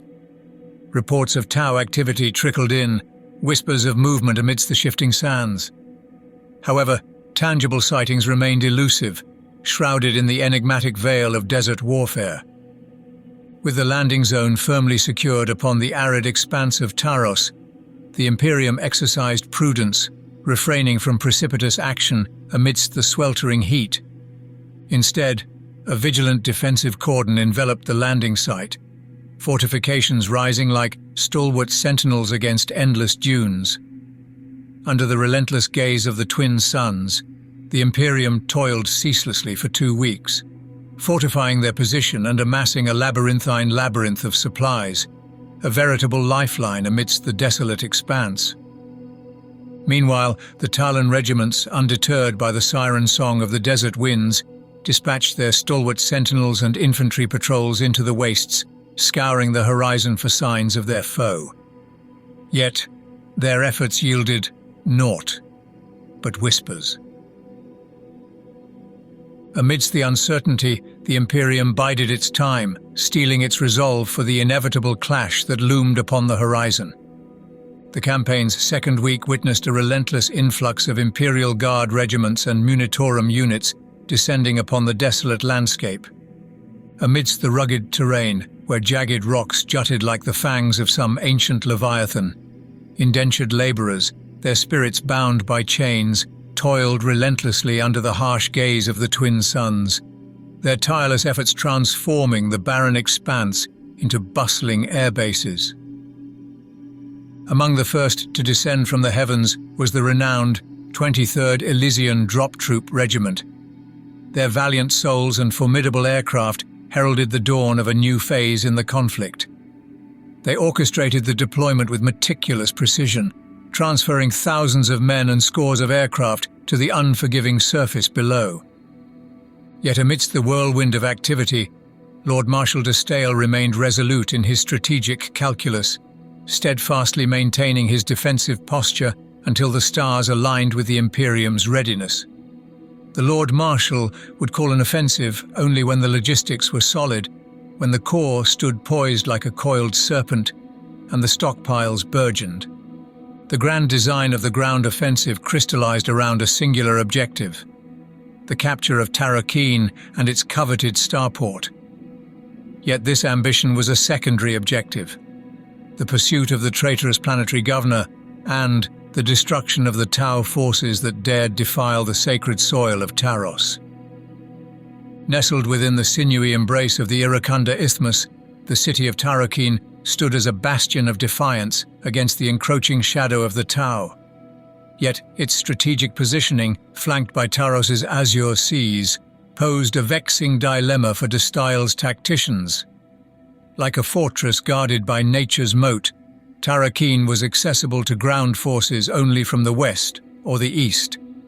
However, the eastern approach, a treacherously narrow passage scarcely 15 kilometers wide, loomed ominously as a potential death knell for the advancing regiments. Here, the Tau could readily choke the lifeblood of the Imperial forces, bottling them within the confines of this perilous corridor. Ever the pragmatist, de Staël foresaw the grim prospect of brutal attrition, where each inch gained would exact a toll in blood that the Imperium could ill afford to pay. Turning his gaze westward, de Staël discerned a glimmer of strategic promise. The western terminus of the isthmus, broader and more forgiving, offered a way for the Imperium's might to be at its best. Here, amidst the expanse, the Imperial Guard's numerical superiority and formidable firepower could unfold unhindered, dictating the tempo of battle and shaping the destiny of Tarokeen. As the wheels of war turned and the hour of offensive approached, a conclave of high command convened aboard the formidable righteous power, presided over by the venerable Lord Commander Gustavus himself. With furrowed brows and minds ablaze with stratagems, they deliberated the impending assault upon Taros. Gustavus, the paragon of strategic acumen, voiced his apprehension. He foresaw the peril of leaving the eastern end of the isthmus unchallenged, where the enemy could consolidate their defenses and fortify against the onslaught from the west. Such a scenario, he cautioned, would render any breakthrough a Herculean task, shackled by the weight of entrenched resistance. In his wisdom, Gustavus advocated a diversion, a ruse to lure the enemy from their bastions and fray their unity. After prolonged discourse and weighing myriad tactics, the august assembly assented to the necessity of a secondary assault. Thus, the campaign's architect, Lord Marshal de Staël, recalibrated his stratagems to accommodate this necessity. Turning to the valiant warriors of the Raptors chapter, de Staël summoned their stalwart leader, Captain Aurelius, to grace the next council with his presence. The Space Marines, custodians of valor unmatched, were entrusted with a pivotal role to spearhead a thunderous armored thrust from the landing zone towards the east, skirting the southern reaches of the sea. Their mission, to sow discord, to beckon the foe to the eastern end of the isthmus, and in doing so, to alleviate the burden borne by the main advance. Though the Space Marines need not court a decisive clash, the spectre of their presence, however fleeting, would sow seeds of doubt and unrest among the enemy ranks, easing the path for the main thrust northwards. Captain Aurelius, venerable commander of the Raptors chapter, stood firm in his resolve, declining Lord Marshal de Staël's mission. Instead, he proposed an alternative, to integrate his Space Marines into the vanguard of the main assault, forsaking what he deemed a peripheral role in the grand theatre of war. In his candid report, he lamented the prospect of his warriors being relegated to a mere sideshow, echoing the sentiments of many a seasoned veteran. Faced with this unexpected refusal and cognizant of the peril of alienating their esteemed allies, Lord Commander Gustavus, though perturbed, deemed it prudent to seek an alternate course. Thus, de Staël was tasked with revising his stratagems. In a twist of fate, the mantle of the diversionary thrust fell upon the shoulders of the green recruits of the 331st Talon Regiment, neophytes to the crucible of warfare, their mettle yet untested. For these unseasoned warriors, the conflict on Taros would serve as a baptism of fire, an initiation into the grim dance of battle against a cunning Xenos adversary. Though their advance, primarily infantry-based, promised a slower pace, the objective remained unchanged, to draw the enemy's gaze eastward and sow seeds of discord. Summoned by de Staël, Colonel Usfal Hamid, stalwart commander of the 331st Talon Regiment, received his directives. With resolute determination, the regiment was tasked with embarking on a bold eastward advance. Their mission, to lure the gaze of the Tau Empire forces away from the main thrust of the Imperial advance towards the horizon, where the 331st would stand defiantly. Under the cloak of desert sands, the regiment's tanks rumbled forth, a formidable phalanx carving a path through the arid wastes. Every stride, every clank of metal bespoke the urgency of their purpose. With each passing day, they delved deeper into the heart of the unknown, their resolve unyielding, their spirits undaunted by the expanse of sand and sky. 30 days hence, their odyssey would culminate in establishing a new bastion, a defensive bulwark tethered to the southern shores of the Emsai. Here, amidst the windswept dunes and azure tides, the 331st would stand as sentinels. Yet, in war, appearances were paramount. Their diversionary gambit was to invite the Tau to battle. Thus, the regiment embraced their destiny, poised to unleash war upon the desert sands. As the offensive unfolded, the eastern front of the Iracunda Isthmus bristled with the anticipation of conflict. The Raptors led the charge, and the stalwart Talon tanks rolled steadfastly in their wake.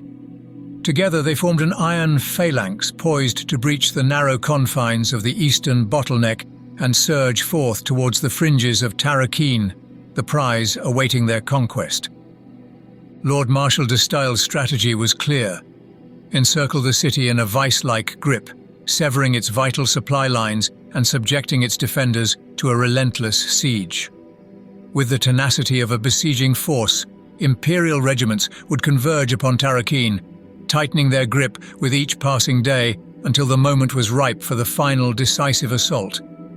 Yet, for the sons of Talon, the arduous journey ahead promised no respite from the scorching desert sun. Amidst the sweltering heat, they would stomp tirelessly while their armored brethren rumbled alongside, offering unwavering support. Through the crucible of battle, they would persevere, bolstered by the constant thunder of artillery and the vigilant watch of the Imperial Navy's aerial sentinels soaring high above. Though the Tau might seek to thwart their advance, their efforts would prove futile against the relentless tide of Imperial might. Each setback would only fuel determination, propelling the mighty offensive onward, forging a path of conquest in war. In the dusty deserts of Taros, de Stael, ever composed and methodical, ordered his regimental commanders to initiate their arduous push towards Tarokeen. The offensive began with a relentless, rolling artillery barrage illuminating the night sky. Mortars, battle cannons, earthshaker cannons, and griffins all roared to life, saturating the arid landscape with an unrelenting hail of explosive fury. The blasts blended into a singular, overpowering roar, with columns of fire and smoke shooting skyward as the high explosive wall crept inexorably across the sand, inch by inch. The thunderous barrage lasted 30 minutes, forming an impenetrable barrier that left the enemy reeling. As the infantry rose from their entrenched positions, artillery shells continued to whistle and shriek overhead. Then, as suddenly as it began, the cacophony ceased. The silence hung thickly over the scorched terrain, leaving a temporary void. This moment of eerie calm marked the prelude to the next assault stage, as the regiments steeled themselves and advanced into the smoke-shrouded battlefield, prepared to press the offensive with determination. The lead infantry squads advanced steadily in a long line. Their boots crunched over the sand, the soldiers pressing onward with grim resolve. Beside and just behind them rumbled the tanks, their Lehman Russ hulls grinding across the desert like steel behemoths. Engines roared and belched thick clouds of black smoke as if the machines were creatures made for this battleground. As the front line reached the barrage zone, the landscape stretched before them, a wasteland scarred by the fury of sustained shellfire. The ground was scorched and littered with smouldering craters, each a testament to the ferocity of the barrage. Shattered boulders lay scattered like the bones of long-dead giants. Yet, for all the devastation wrought by the explosive onslaught, there was no sign that anything of consequence had been struck. Only a barren desert lay before them, stripped bare by the opening bombardment. The advance pressed deeper into the parched wilderness, a relentless march that stretched throughout the day without encountering any sign of enemy resistance. The younger, less seasoned guardsmen began to believe that perhaps the Tau had abandoned Taros altogether, imagining that this campaign would be over swiftly. Given the evidence so far, they could be forgiven for such assumptions, and by nightfall on the first day, the forward units had covered their planned 20 kilometers. As the desert darkened and the stars pierced the twilight sky, the artillery pieces began to creep forward into new firing positions. The advancing troops had already outpaced the artillery's range, leaving it a night-long task to haul and drag the guns into place. The crews worked tirelessly to carve out new positions, fortifying them for the next day's assault while replenishing ammunition from stockpiles. Under the cover of darkness, the rhythm of war continued as the Imperium's war machine prepared itself for the challenges of the coming dawn. The Tau lay in silent anticipation, biding their time as the Imperial forces inched more deeply into the desert. From the moment the Imperium soldiers set foot on Taros, the Tau's Pathfinder squads and stealth suit units had shadowed their every move, meticulously observing the deployment of the Emperor's troops.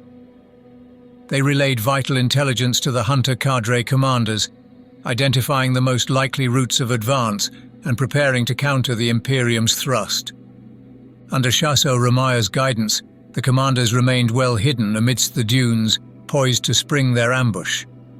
They were adeptly equipped for mobile desert warfare, harnessing the expansive battlefields and the vast sightlines of the arid landscape. Their weapons were designed to strike accurately from a distance, most notably their powerful railguns and seeker missiles, which would devastate the advancing Imperial forces with deadly precision. The Tau's strategy was not to meet their foes head-on, but to exploit their mobility in the terrain, ensuring that every engagement would be fought on their terms. In the stillness of the desert night, stealth teams slipped past Imperial Guard patrols, their sleek suits blending seamlessly into the shadows.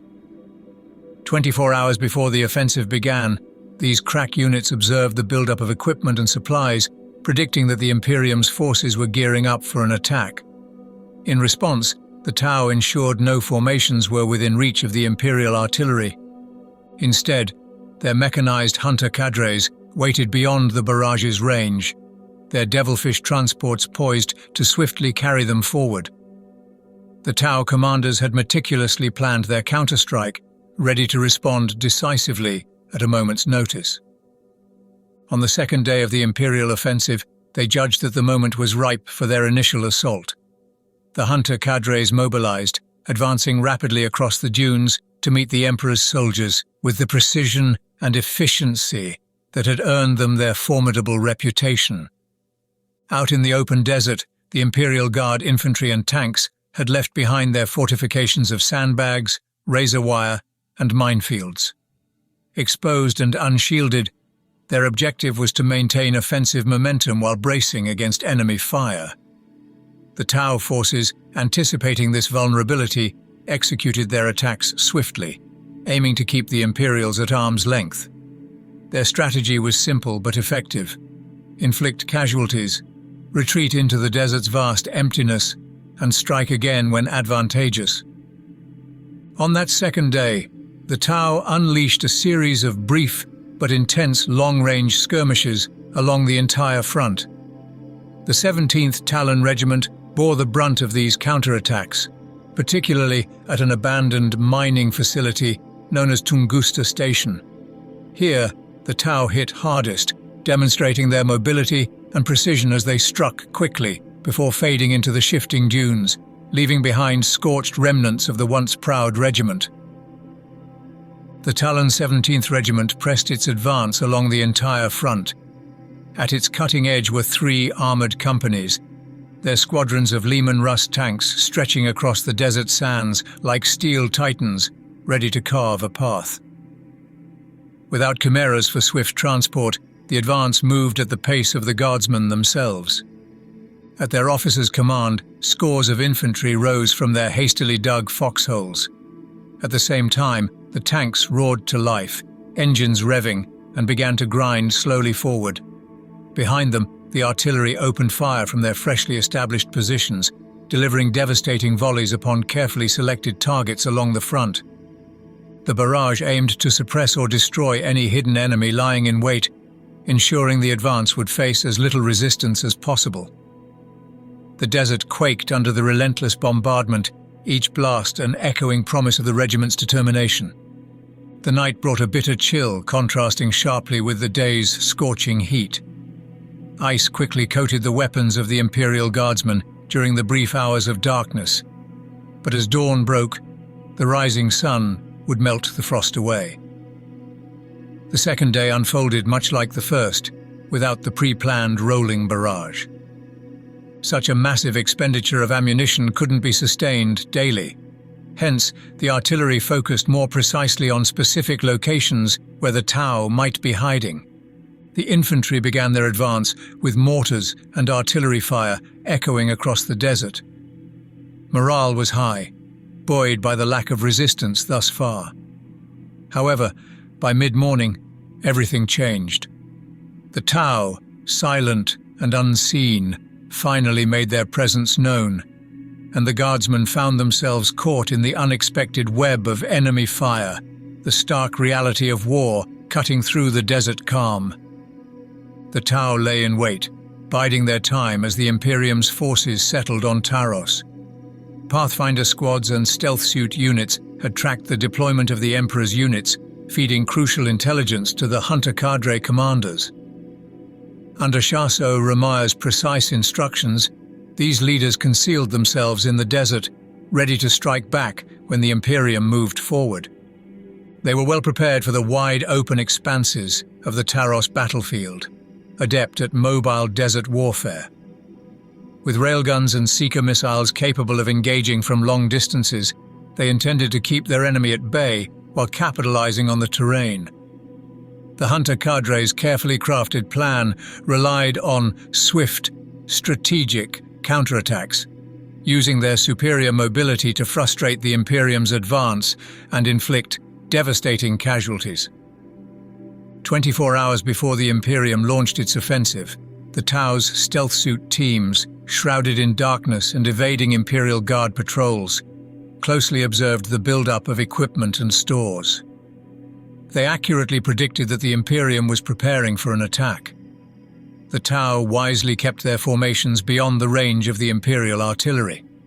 Still, their mechanized hunter cadres, equipped with devilfish transports, were primed to react swiftly and decisively when the moment was right. On the second day of the Imperial offensive, the Tau commanders judged the time had come to launch their initial assault.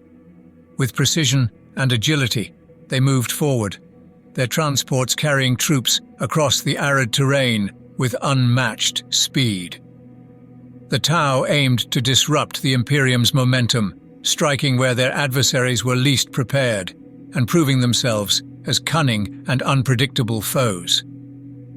The Tau utilized their formidable mantas to infiltrate heavy vehicles like hammerhead gunships and broadside battlesuits deep behind Imperial lines to carry out swift, hit-and-fade attacks. Tunguska Station, a modest collection of buildings, lean-tos, and abandoned mining equipment, had been left deserted after the arrival of the Imperium's forces. The Imperium had already scouted and shelled the area with artillery to prepare for the day's advance. The ground surrounding Tunguska was scarred and pockmarked with craters left by the basilisk cannons. However, this only provided further concealment for the Tau forces as they moved into strategic positions for their next strike. The battle erupted when the lead Leman Russ tank stumbled upon a concealed Tau Pathfinder squad.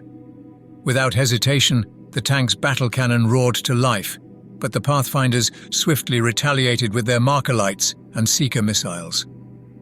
Their precision-guided fire quickly knocked the Leman Russ out, engulfing it in flames as its crew scrambled out of the hatches and fled across the desert.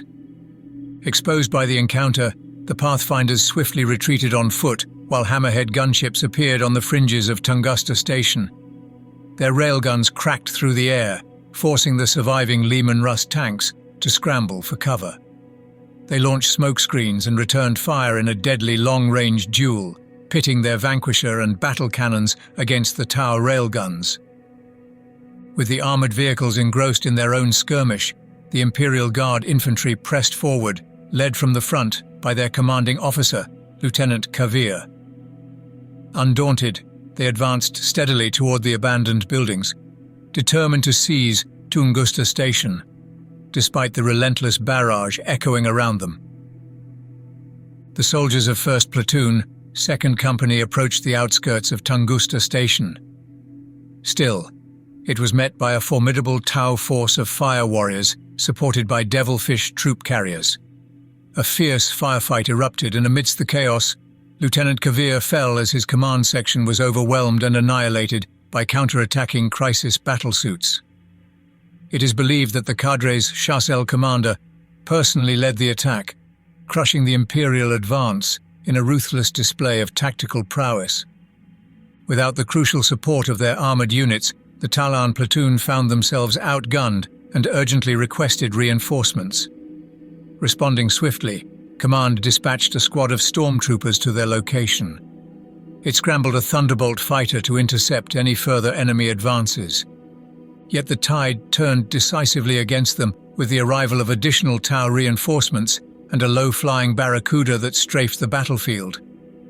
The overwhelming firepower swung the engagement in the Tau's favor, forcing the 1st Platoon to retreat with significant losses, despite the timely arrival of their stormtrooper reinforcements sped toward the skirmish in their chimeras, while a Thunderbolt fighter raced low overhead to offer support.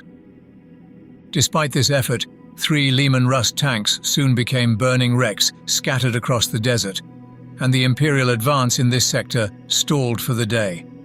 As the Imperial Guardsmen withdrew from Tunguska Station, devastating artillery fire rained down upon the buildings, with basilisk shells relentlessly pounding the area for hours. When night fell, a patrol was dispatched to investigate the ruins of Tunguska Station, where smoke and debris concealed any remaining threats amidst the darkened wasteland. When the patrol reached the ruins of Tunguska Station, they found little remaining of the enemy, who had already withdrawn to regroup. They left behind only the smouldering wrecks of a hammerhead and a devilfish troop carrier. At dawn, the advance resumed, with 2nd Company's 5th Platoon ordered to the front lines to relieve the exhausted survivors of 1st Platoon. Before the morning ended, 5th Platoon had cautiously captured what was left of Tunguska Station, without encountering further resistance.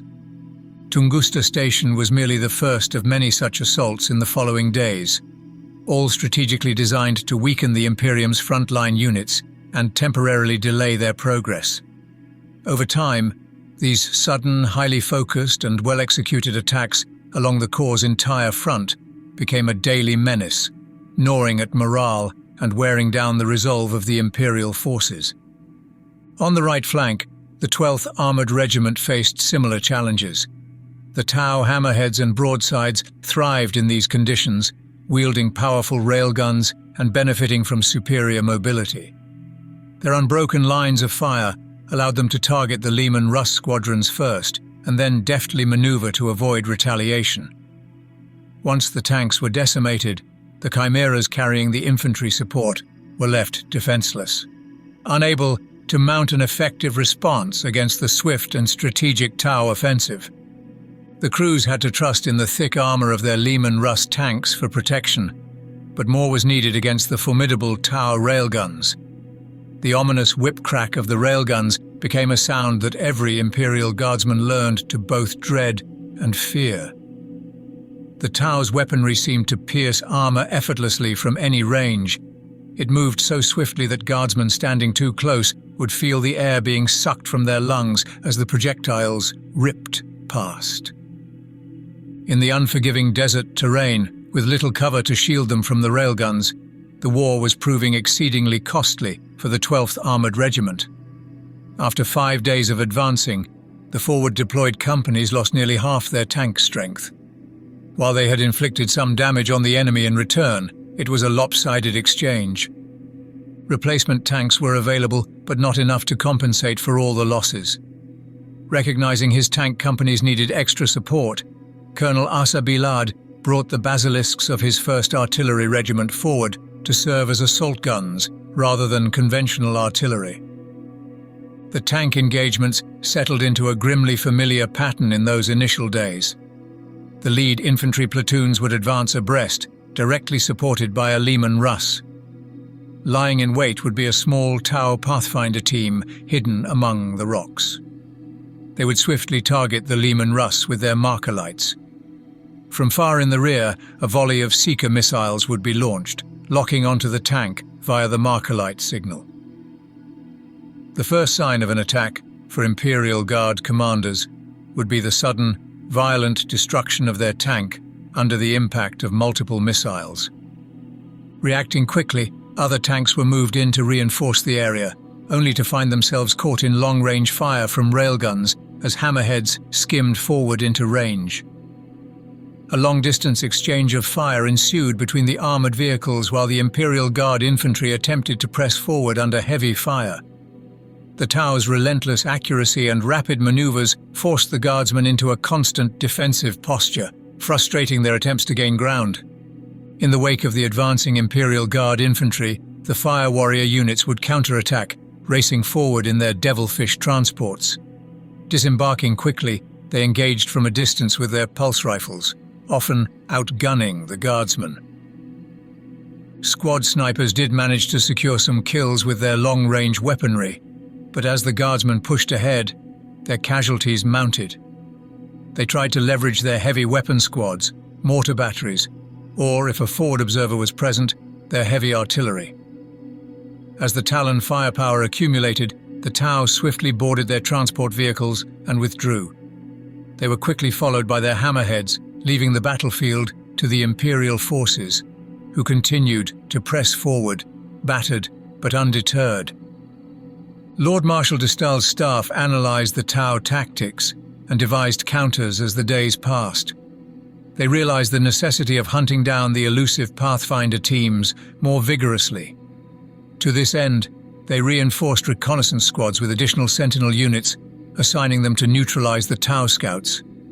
This would make long-range ambushes more challenging to pull off.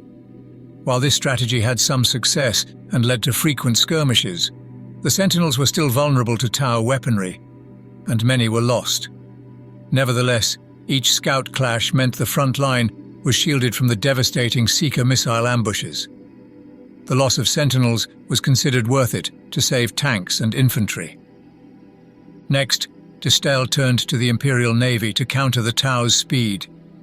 Thunderbolts and lightnings would fill the gap, and where the tanks couldn't bring the Tau decisively into battle, the aircraft could. The plan involved increasing air patrols over the front line and granting pilots permission to locate and engage targets freely. Squadrons were on standby, ready to scramble when a frontline unit reported contact. This allowed them to race forward and unleash devastating volleys of Hellstrike missiles. The Tau might outrun the artillery, but they couldn't escape the swift Imperial Navy. As de Stael's tactics evolved, so did the Tau's strategies. The conflict was a deadly game of move and counter-move, plan and counter-plan for both sides. The Imperial Navy's Thunderbolts began zeroing in on ground targets, achieving notable victories and dealing heavier blows to the Tau than the ground troops had managed. In response, the Tau unleashed their own air force in more significant numbers, with Barracudas soaring over the battlefield, not to strike ground targets, but to dive from high altitudes and intercept the Imperium's aircraft.